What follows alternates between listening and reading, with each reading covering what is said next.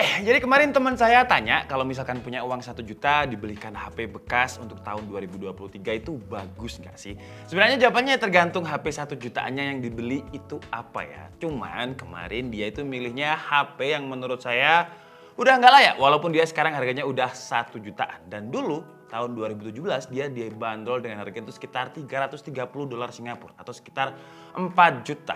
Jadi di video kali ini kita akan ngebahas apakah layak kalau misalkan kita beli HP 1 juta bekas Android dan kita bandingkan dengan HP 1 juta baru yang juga Android.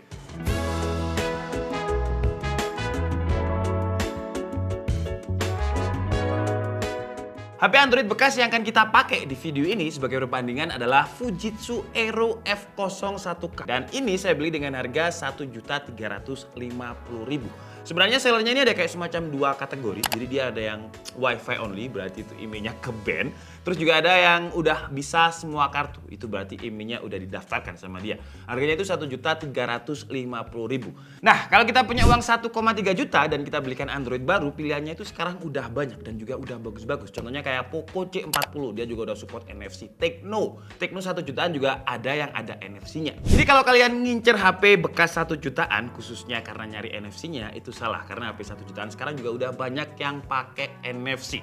Jadi kalau dulu itu ada slogan Docomo teman baikku karena dia memang murah ya. Istilahnya ini kan limbah Jepang yang operatornya itu udah habis. Jadi sistem kontraknya di Jepang udah habis terus dijual ke Indonesia jadi limbah. Nah karena sekarang ada peraturan IMEI dan saya setuju banget jadi biar nggak ada perlimbahan di Indonesia ini ya. Dulu harganya kalau nggak salah ini sekitar 950.000 deh. Ya yang Wi-Fi only itu. Terus sekarang jadi 1.350.000 karena yang 400.000 mungkin untuk didaftarkan IMEI atau untuk bayar IMEI-nya, saya juga kurang paham. Dan kalau kalian ngotot pengen beli HP bekas 1 jutaan dari Fujitsu ini, secara desain aja dia udah terlihat jadul banget. Jadi kalau kita lihat frame-nya ini memang kanan kirinya ini tipis, tapi bagian atas dan juga bawah ini masih tebel banget. Terus kalau dibilang tebel, enggak sih ya, ini enggak terlalu tebel. Tapi kapasitas baterainya ini udah enggak ngotak, udah enggak relate. Karena kapasitasnya cuma 2580 mAh. Emang HP-HP Jepang di zaman itu ya, kayak nggak pernah ngeluarin kapasitas baterai yang gede-gede. 2000, 3000, Sony Xperia itu paling 4000 mAh. Terus kalau kita lihat di bagian kanan ini, dia juga udah side mounted fingerprint. Tapi kalau kalian carinya juga fingerprint, banyak HP 1 jutaan sekarang yang juga udah ada fingerprintnya. Walaupun terkadang fingerprintnya itu ada di bagian belakang, tapi kan ada.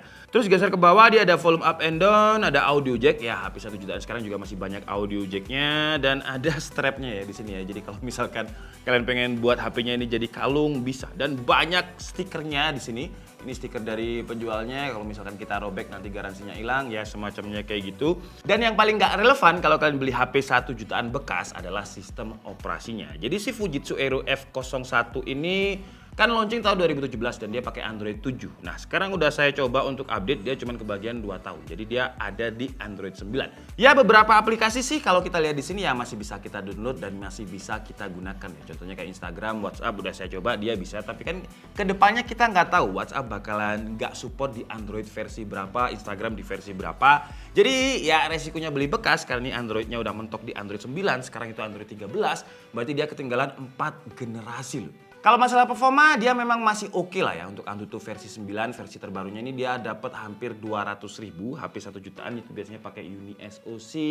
Terus juga P22 itu biasanya dapatnya 100 atau 120.000. Ini hampir 200.000 karena dia pakai Snapdragon 660. Tapi untuk konfigurasi RAM dan juga storage itu mirip-mirip dengan HP 1 jutaan yang baru. Jadi ini pakai 4GB, 64GB. Walaupun micro SD-nya ini bisa di-extend tapi kan konfigurasi defaultnya ya 64GB. Banyak kok HP yang 1 sampai 1,5 juta yang udah dapat RAM 4 sampai 64GB. Contohnya kayak Poco C40 yang 464 itu harganya sekitar 1,6 juta ya, lebih 100.000 dikit tapi gak apa-apa lah kan dapat HP-nya baru. Terus di Samsung juga ada Samsung A04e yang 464 itu harganya 1,4 juta. Jadi konfigurasinya pun juga masih mirip-mirip dengan Fujitsu ini dan kalian dapat sistem OS yang kayak digaransi gitu. A04e itu kalau nggak salah Android 11, jadi kalau misalnya 2 tahun lagi kalian masih bisa dapat sampai Android 13. Kalau ini kan mentok sampai Android 9. Tapi ada yang memang menarik sih ya, di kelas 1 jutaannya ini menurut saya kameranya masih oke kalau kita bandingkan dengan HP 1 jutaan yang sekarang.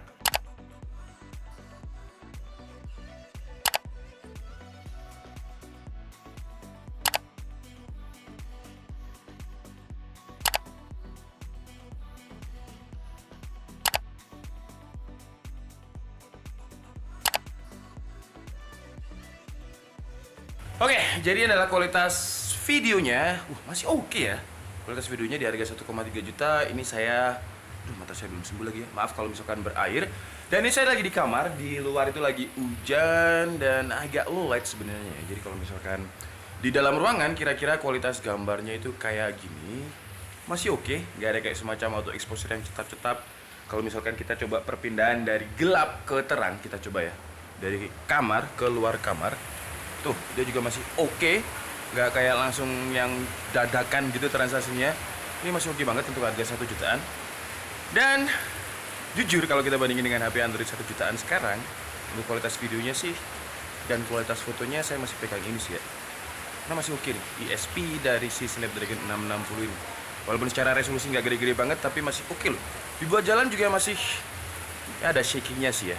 Tapi nggak kayak HP 1 jutaan Android baru sekarang gitu. Dan ini kualitas kamera belakangnya ya, kira-kira seperti ini, masih oke juga. Jadi ini itu low light ya, karena saya ada di teras. Kalau misalkan kita touch di bagian daunnya, ini nggak bisa di touch ternyata ya. Jadi untuk fokusnya ini nggak bisa kita touch di bagian touchscreen-nya, tapi untuk autofokusnya masih oke. Sekali lagi untuk kelas harga 1,3 juta, tuh ya, teksturnya masih dapet. Terus kalau misalkan kita pindah pun, ya ada stutter sih ya. Tuh, dari yang terang seperti ini, nah dia kayak langsung auto bikin cahayanya jadi lebih oke. Oh, kalau kamera belakang masih ada ya, kayak transisi perpindahan antara gelap ke terangnya masih kurang oke. Tapi kalau kita gunakan untuk jalan ya, maaf ya, ini saya lagi di rumah aja karena lagi hujan, jadi kita shoot yang ada di sini dulu aja. Nah, kalau misalkan kita mau zoom detail, kira-kira zoomnya kayak gini nih. Wah, itu ada semut di situ, masih oke. Dan untuk resolusinya dia ada di Full HD. Tapi kalau kita ngomongin layar ya, layarnya HP Fujitsu ini memang kalau kita bandingkan dengan HP Android baru yang 1 jutaan sekarang, dia lebih oke sih ya, karena resolusinya aja ya rata-rata HP 1 jutaan baru, Android baru itu di resolusi XD. Sementara ini dia udah Full HD, layarnya pun pakai IPS. Jadi walaupun ini udah berumur ya, umurnya itu berarti kalau 2017-2023 kan berarti 6 tahun ya. Walaupun dia udah berumur sekitar 6 tahun ya, tapi kalau kita lihat layarnya ini juga masih bagus-bagus aja, IPS-nya itu juga masih terlihat natural. Cuman kalau kita ngomongin audionya dia mono aja, satu di atas, dan suaranya pun ya mirip lah dengan HP 1 jutaan sekarang ya. Kayak asal bunyi ini pun kayak, ini udah volume mentok gak sih? Bentar. Ini udah volume mentok dan ya suaranya kecil banget. Biasanya HP 1 jutaan itu kalau digunakan untuk Mobile Legends ya cukup, tapi kadang kalau misalkan udah anget dia drop FPS. Dan untuk si Fujitsu ini dia dapatnya itu refresh rate high, grafiknya juga dapat high.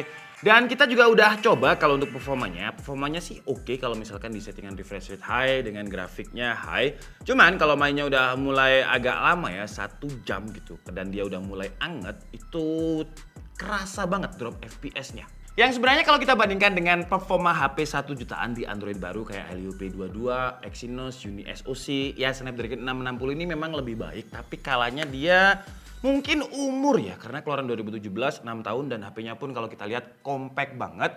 Jadi airflow-nya itu nggak maksimal. Jadi kalau misalkan udah lumayan anget, performanya itu kayak throttle, kayak turun gitu. Terus kalau dari segi konektivitas, portnya memang dia udah pakai port Type-C ya di bawah sini. Cuman kalau kita lihat HP 1 jutaan sekarang juga udah lumayan banyak yang udah pakai Type-C. Walaupun ada beberapa HP yang belum. Contohnya kayak Redmi 12C itu masih pakai micro USB, tapi kebanyakan sekarang udah mulai banyak yang pakai port USB-C. Kalau untuk konektivitas wirelessnya, Wi-Fi-nya walaupun keluaran 2017 tapi ya masih sama dengan Android baru yang sekarang. Jadi Wi-Fi-nya dipakai Wi-Fi 5, Bluetooth-nya juga pakai Bluetooth versi 5. Kalau kalian tanya haptic feedback-nya, walaupun ini dulu kelasnya mid-range ya karena 3 jutaan, haptic feedback-nya ini sama dengan Android baru yang sekarang harganya 1 jutaan ya. Jadi perkembangan teknologi itu emang, jadi kalau kalian dengerin nih, coba kalian dengerin nih. Jadi kayak belnya becak yang kayak gitu ya. Jadi getar semuanya gitu. Nah dulu HP entry level itu parah banget. Tapi sekarang HP entry level itu udah mirip-mirip haptic feedbacknya mid range. Nah HP mid range haptic feedbacknya itu udah mirip-mirip sama flagship gitu. Flagship lebih enak lagi. Jadi perkembangan teknologi itu semakin hari semakin murah lah. Karena teknologinya udah ketemu. Gampangnya kayak gitu. Oke lah, jadi mungkin cukup segitu aja video dari pertanyaan teman saya. Kalau misalkan beli HP 1 juta Android bekas, worth it gak sih? Sebenarnya ya tergantung ya. Kalau misalkan bekasnya itu terlalu jadul, terlalu limbah kayak si Docomo ini, yang menurut saya jangan sih ya. Karena kalau nyarinya NFC, banyak sampai 1 jutaan yang udah ada NFC walaupun beberapa memang belum ada. Poco C40 itu udah ada. Dan kalau nyarinya layar yang Full HD IPS, memang kebanyakan HP sekarang yang 1 juta kecil ya, yang 1 sampai 1,5 juta, itu hanya beberapa aja yang udah IPS dan Full HD, tapi sisanya itu kayak XD dan sisanya dimasukin ke fitur yang lain gitu. Jadi poin plusnya dari si Fujitsu ini memang layarnya walaupun dia keluaran 2017, layarnya ini kelihatan bagus, IPS-nya juga IPS yang bagus, kelihatan natural, warnanya itu lebih pop up, kameranya pun kalau kita bandingkan dengan HP 1 jutaan yang sekarang ya, kameranya menurut saya masih lebih terlihat natural ini dan ya bisa dipakai lah kameranya. Karena biasanya HP Android baru sekarang, HP 1 jutaan itu kameranya kayak cuman sekedar gimmick aja lah. Jadi kalau misalkan lightingnya kurang bagus itu langsung kayak gimana gitu gambarnya. Tapi ini bagus, tapi kekurangannya HP bekas ini adalah after sale-nya. Jadi kalau kalian beli ya paling garansi 1 bulan dari tokonya. Setelah 1 bulan kalian mau apa? Nggak ada garansinya lagi. Terus juga dari sistem garansi software juga nggak ada. Jadi kalau misalkan suatu saat tiba-tiba besok nih WhatsApp bilang kalau misalkan harus minimal itu Android 10. Nah jadi berarti ini nggak bisa digunakan untuk WhatsApp lagi karena udah nggak support. Tapi kalau misalkan ngotot pengen beli HP bekas 1 jutaan ya saran saya sih beli yang resmi walaupun bekas ya. Dan minimal Androidnya Android 10 lah. Jadi walaupun kita pakai sekitar 2 atau 3 tahun masih banyak aplikasi yang support. Tapi kalau pertanyaannya 1 juta apakah cocok untuk dibelikan HP Docomo ya? Menurut saya sih nggak cocok ya, udah baterainya kecil. Ya walaupun kamera dan layarnya bagus tapi komponen lainnya itu kayak ya kurang aja menurut saya. Jadi mending HP Android baru atau HP Android bekas yang memang masih software update-nya itu masih lama. Saya Diki Setiabudi and see you on the next video. Bye-bye!